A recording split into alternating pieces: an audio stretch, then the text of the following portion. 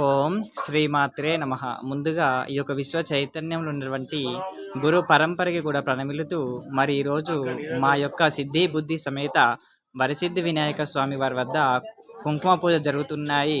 అదేవిధంగా అన్న ప్రసాదం కూడా పెట్టడం జరుగుతుంది కాబట్టి మరి మీరందరూ కూడా మా స్వామిని చూసి దర్శించుకోగలరు.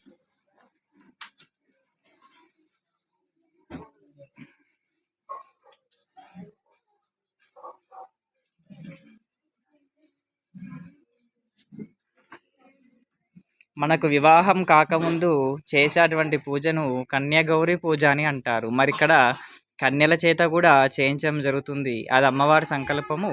అదేవిధంగా ఇక్కడ వివాహమైనటువంటి వాళ్ళ చేత నిత్య గౌరీ పూజ, అంటే నిత్యం కూడా వాళ్ళు గౌరీని పూజిస్తూ ఉంటారు కాబట్టి ఆ గౌరీదేవి పూజను కూడా చేయడం జరిగింది. అక్కడ వంటలు జరుగుతూ ఉన్నాయి.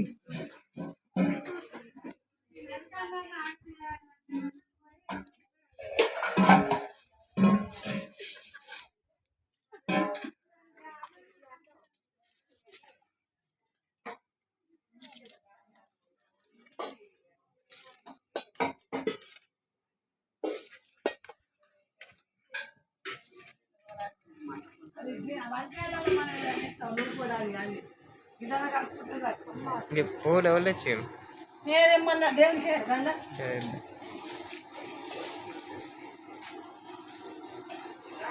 ఇక్కడ కూర్చున్నారు మా గురుమాత.